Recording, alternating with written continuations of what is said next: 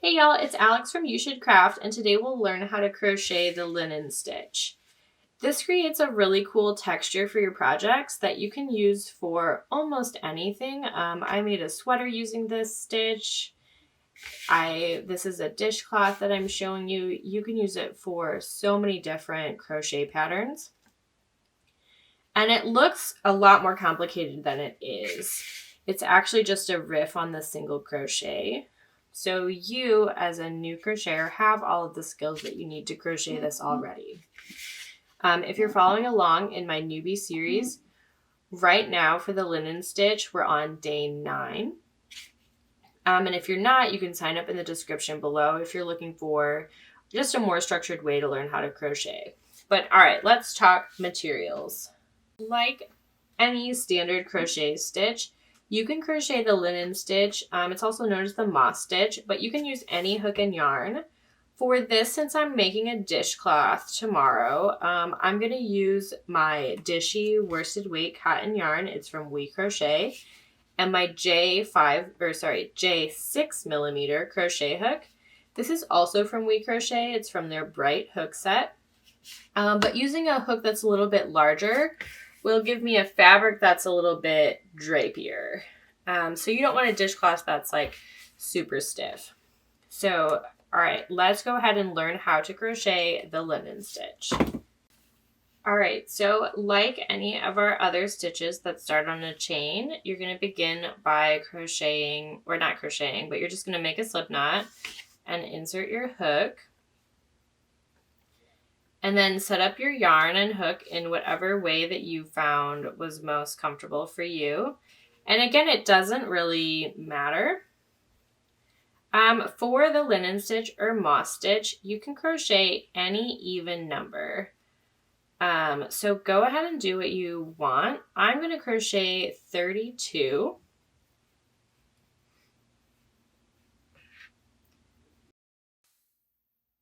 So go ahead and finish chaining however many stitches you want in your starting chain. So I've finished 32 chains.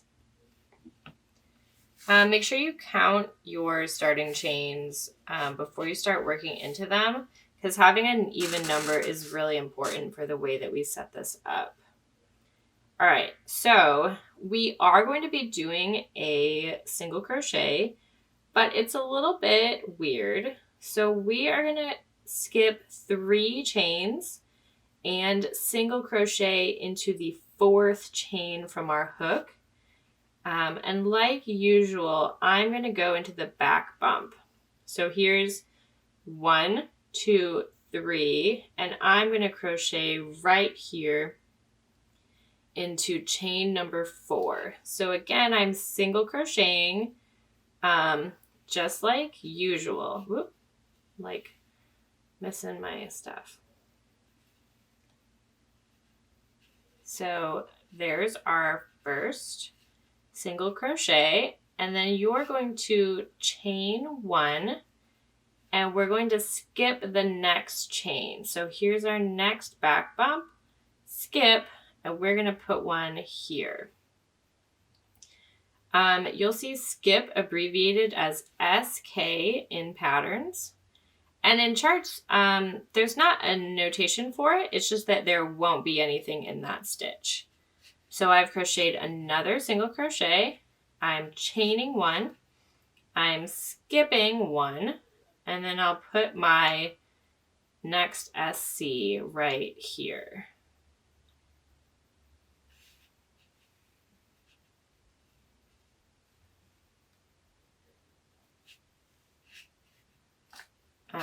And make sure you keep pulling your yarn out. This will just make it easier for you to crochet. So now I'll chain 1, skip 1, and single crochet in the next stitch or chain. So let's take a quick sec to just see what we've got going on so far. So you can see we have like little holes in our work. But the cool thing about the linen stitch or the moss stitch is that when we go through the next row, we sort of fill in these holes. So don't worry about them too much yet. Just continue to chain one, skip one, and single crochet until you reach the end of your chain. So again, that's chain one, skip one, single crochet, and for our starting chain, we're going to do the back bumps. So chain one, skip one, single crochet. So go ahead and finish up that first row, and I'll catch back up with you at our turning chain to show you what to do. So I'm about to put in my very last single crochet of row one. And if you want to count your stitches, you can just count by twos, counting each single crochet. So we've got 2, 4, 6, 8, 10, 12, 14, 16, 18, 20, 22, 24, 26, 28, and 30. So you'll have 2 less than whatever your starting chain was. So now we're going to head into row 2. So again, set up your hook and your yarn. I don't know, I think it's like being camera shy or something, but I always have way more trouble with this when I'm filming myself than when I'm like actually crocheting. But you'll notice that I did 2 chains for my turning chain. So that's different than standard single crochet. And that's because one of these is going to be our like skipping chain. So these ones where we skipped a stitch, that's what that second turning chain is going to count as. So I chained 2 and I turned, and now I'm going to single crochet into each of these little holes, and those are called the chain space. So you're not going into the chain itself, you're going like under it into the space. So let me show you that again, trying to get my hand out of the way so you can hopefully see. So we're going into that chain space and I'm just single crocheting. And then we're going to continue this row literally the same that we did last time. So I'm single crocheting, and then I chain 1, skip 1, so I'll skip that single crochet from last time, and I'll insert my hook into that chain space and single crochet. So chain 1, skip 1, single crochet in that hole or that chain space. Chain 1, skip 1, single crochet.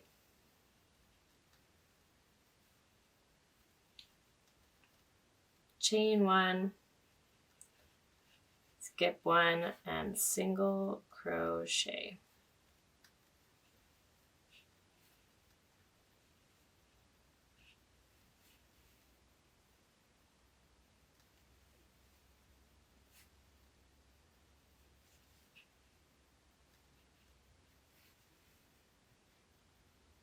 Oops, so that time I accidentally went into the chain. So I want to make sure I'm getting in the space.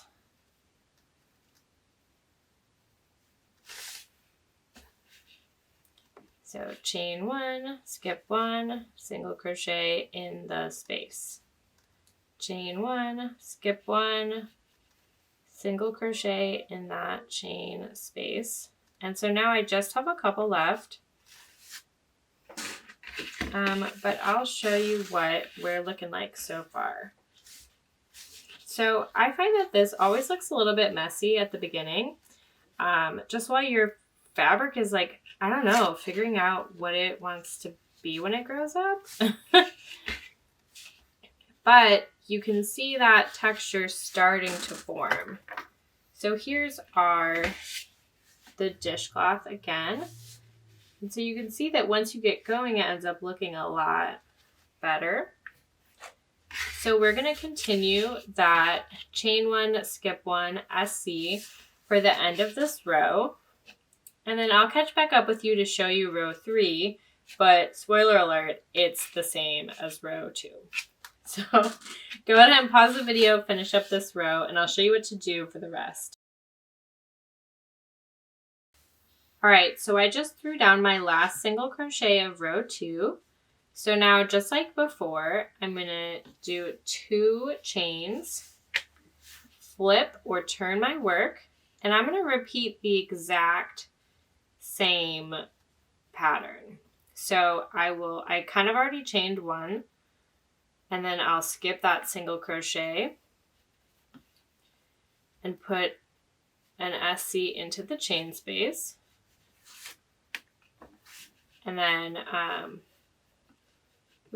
I kind of loosened up too much. So chain 1, skip 1, SC in the chain space,